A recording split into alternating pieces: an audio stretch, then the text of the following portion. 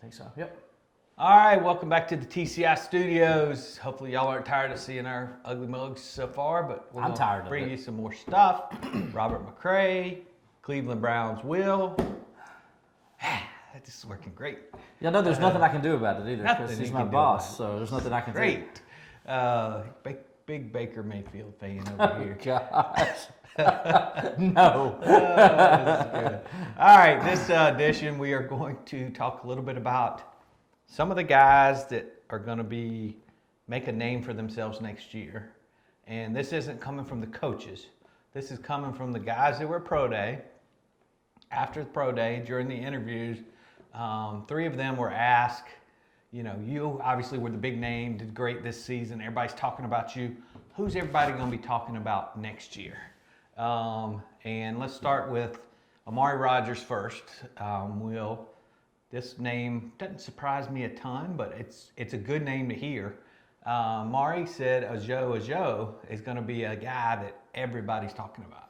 Yeah, and his words were he's going to be a beast, and that he just says he's just going to be making plays, and he talks about how talented he is, and that he just thinks that he's the guy that right now the national media don't know anything about him. He's like they're going to know who he is here in a year or two. So Joe is definitely one of the guys that Amari mentioned and all the guys, and we'll get into it here. All the guys they mentioned were pretty good. Well, and we saw that flashes of what Joe could do last year. That one play where and I don't remember the game. Georgia Tech. This guy Will took the ball and ran through about 4 guys and 35-yard ran touchdown. over them and just took a little slant pass and then just. In the pictures we've seen from spring practice and what he looks like this spring, Man, he's got bigger. He's more built. I've kind of compared him to Metcalf, just from a physical standpoint, and he's looking more and more like that every day. Brown from the Tennessee Titans would be a guy also. I would put him in that category. He's a beast. I mean, that Georgia Tech game, he catches a slant, and then he just threw the Georgia Tech players off like rag dolls. I mean, literally, if everybody remembers.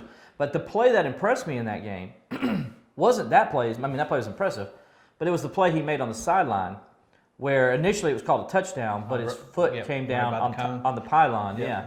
And so they overturned it and said it was an incomplete pass, but he caught it. And to me, that showed, I mean, he went up and got that ball too. That showed his hops. It showed his ability to catch the ball and just his raw skills that he has. And I think that's what Dabo talked about him after the scrimmage the other day, that he is definitely turning the corner. The light bulb has come on, as Dabo said. Remember, Tony Elliott earlier in the spring challenged Joe. He was in the love shack. Yeah, and he challenged him and said that, hey, he needs to get a little better, do things better off the field, so things on the field get better. Well, obviously he listened, and that you've seen here as they went into spring break, you saw he took a turn, and Dabo really complimented how much better he looks, how more focused he looks. Amari said he had a big touchdown in the scrimmage Wednesday as well. So, all right, that's one name. This one was a surprise to me. They asked Travis Etienne who was going to be the buzz at running back next year. Was not who we might think. No, it was not. The name was first thing that came out of his mouth. He was asked a question, and then it came right out of his mouth. So it's obviously the first person on his mind. He mentioned Kobe Pace right out of the gate, and it's like, okay. And then he tried to get politically correct. Then he tried correct. to get and he's like, well, Lin J, and then and Ches, and he started mentioning the other guys, and then he kind of went politically correct on that. But Kobe was the first one that came out of his mouth, and that tells me he saw some things. And probably saw some things leading up to at the end of the season that led to it as well. And so Travis Etienne knows good football player when he sees one. And so if he's saying Kobe, then obviously that's something we need to keep an eye on, right? Absolutely. And that's something to be excited about, especially with all the other guys on that depth chart at running back. Wouldn't be surprised to see somebody in that portal at some point of those running backs. There's too many guys there. There's too many. I mean, and we don't know who it's going to be, but when you look at, what is there, 6 guys, 7 if you count Darian Rencher, I guess. So there's 7 guys on their depth chart right now, and we know Rencher's not going, and I think, you feel good about Kobe and Ches Malusi, in my opinion. You know, and you feel good about the 2 freshmen, so I'm kind of eliminating as I go. See where I'm going. Well, yeah, even Ches, I mean, sounds like guys are starting to pass him a little bit, and he was the guy At the end late in the season. So right. this is a big time these next couple of weeks when they come back from spring break. That's going to maybe help somebody make a decision there. All right, we got one more name to talk about. Cornell Powell was asked who stood out to him, and this one is probably not a big surprise. At receiver, E.J. Williams, a guy we saw just really come on strong the latter part of the season. Yeah, not a surprise that he mentioned E.J. Williams because E.J. was my guy last year early. Remember, I'm not bragging on myself, but I am. I kept saying E.J. Williams, I think, is going to be a guy that you're going to see toward the end of the season step up, and sure enough, that happened. And now I want to see if he carries it over to year 2, and it sounds like so far he's doing that because sometimes guys will make pushes and then they drop off. Where, you know, you remember T. Higgins at the end of his freshman year, he really came on, and then the next year T. Higgins was the T. Higgins we all know, right? And I think that's what E.J. Williams reminded me of. He kind of came on there at the end of the year, started making some plays, showing what he's capable of doing, and, you know, and I think E.J. last year, the things people forget about this, he came in, he's early enrollee last year, and then he ended up getting a lot of reps in the spring initially, and then when Justin Ross got hurt, they started fall camp. E.J. Williams started getting a lot more reps than he probably would have gotten if Justin Ross was there. So he benefited from that, and it as the season went along, that turned to be a good thing for Clemson because E.J. was able to help the team down the stretch and make some plays. So not surprised at all. You know, he's going to be a good one at Clemson, I think. E.J., great kid. Gavin and I went and saw him play down in Montgomery as part of our tour of champions before he got to Clemson, and we talked to all the coaches there, and they were like, hey, this guy's going to be another Justin Ross, and we're like, whoa, come on, that's pretty big praise because that was right after Ross had just destroyed Alabama, but we saw the signs of that last year. The good news is now we'll have both those guys on the field for the Tigers this year. So those are 3 guys that are getting high praise from the guys that know it the most. So that should carry a lot of weight with folks. So that's a little recap of that. Stay tuned to TCI for the most complete coverage of Clemson football and recruiting. All right, now we're going to do Justin Ross slot. Yeah, we'll do Justin Ross slot thing and what Amari said about him. Yeah, Amari, and just what does slot do, how it opens up things for the other guys. And yeah, we'll talk about that and how it opens up the entire offense. You know, you think of, what was Smith's first name? Devontae Smith, yeah. Yep. I mean, that's who he is. I mean, it's clearly that's what Tony Elliott's doing here. And they found a way, as we talked about during the national championship games, like, hey, everybody in the country knows they're going to throw it to him, and they're finding a way to get him open and get him the ball. And that's how you do it. Yep. All right, welcome back to the TCI studios. Robert here with, what are you going to do now? Tennessee Titan Will. Oh, my gosh. You had to go with the old AFC Central team, didn't you? Which used to be the Houston Oilers. All right. Well, I have to get a little more creative for some of these as we go through this. All right, this one I'm really excited about because I'm really excited to see this guy back on the football field. We're going to talk a little bit about Justin Ross, what we're hearing, new position that we're going to see him at a lot this year. Will, you and I watched the national championship game this year, and a lot of other folks have said the same thing on our boards. Alabama, everybody in the country knew where they wanted to get the football. Yeah. And they found a way to do all kinds of things with formations and everything else and get him open where he could get the football. And him being Smith. Right, Devontae Smith. And now we all said, well, we hope Tony Elliott's taking notes and this, that, and the other. Looks like he took some notes. Looks like he took some notes and understood that, hey, I got a guy that's probably better than Devontae Smith and Justin Ross. I know people are like, what are you saying? Better than the Heisman Trophy winner? Yes. He may not win the Heisman Trophy, but I think from a physical standpoint and everything, I mean, yes, he's like, 10, 15 pounds heavier than he is. Justin Ross also practicing punt returns right now, by the way. Justin Ross is just as fast. So, yeah, I say he is. I say Justin Ross is more NFL ready than Smith is. That's kind of the downside on Smith. So, we'll see. Now, you know, Alabama did a great job finding ways to get him open, as we said. So what does Dabo Swinney and Tony Elliott do? Hey, let's take Justin Ross and let's move him to the slot. And that was a genius idea I didn't even think about it, to be honest with you. I was thinking maybe they could do E.J. Williams there, do some different things. We saw Justin in the Ross in the slot a little bit against Alabama. We did. As a freshman when they destroyed the Tide, but we didn't see him there really much the year after. No.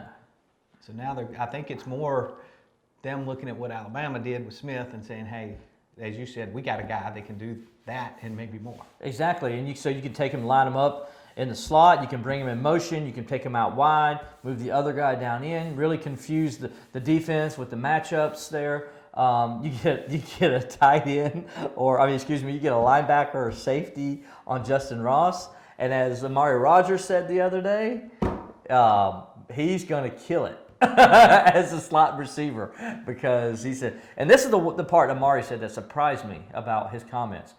He said he runs the best routes of any guy I have seen in my career. That says a lot. That says a lot, considering the guy who is real famous for playing that slot position, named Hunter Renfrow, who broke Mackenzie Alexander's ankles. We saw a bunch in practice, and everybody else is at Alabama's. That's surprising to hear that kind of. I mean, that is a big comment from Amari Rogers, and I don't think he just said it to say it. I think he really believes it. Well, and it's a big move, not just for what Justin will do, but for what the defense is going to have to do, as you said, to adjust, and what that's going to open up for the other receivers. Yeah, and so just understand it. So when you get these mismatches, and so you got a guy like Justin Ross lined up, so first thing the safety's trying to figure out, okay, what's he going to do? Then if you put him in motion, that safety's either got to go with them, which is going to give up what their coverage is, or they're going to make that linebacker play him. So if the linebacker's playing him and they're in man, that's a mismatch right there. You go immediately straight to Justin Ross at that point, right?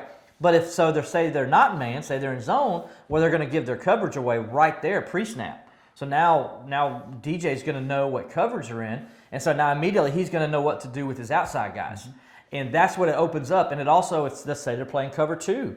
Well, and let's say they're playing Tampa 2. Well, what does that do? Well, that opens up the running lanes. So now the linebackers are going to fall back. There's going to be really nobody filling in those lanes. Now you hand the ball off to one of your running backs, and you get 10, 15, heck, maybe even score a touchdown.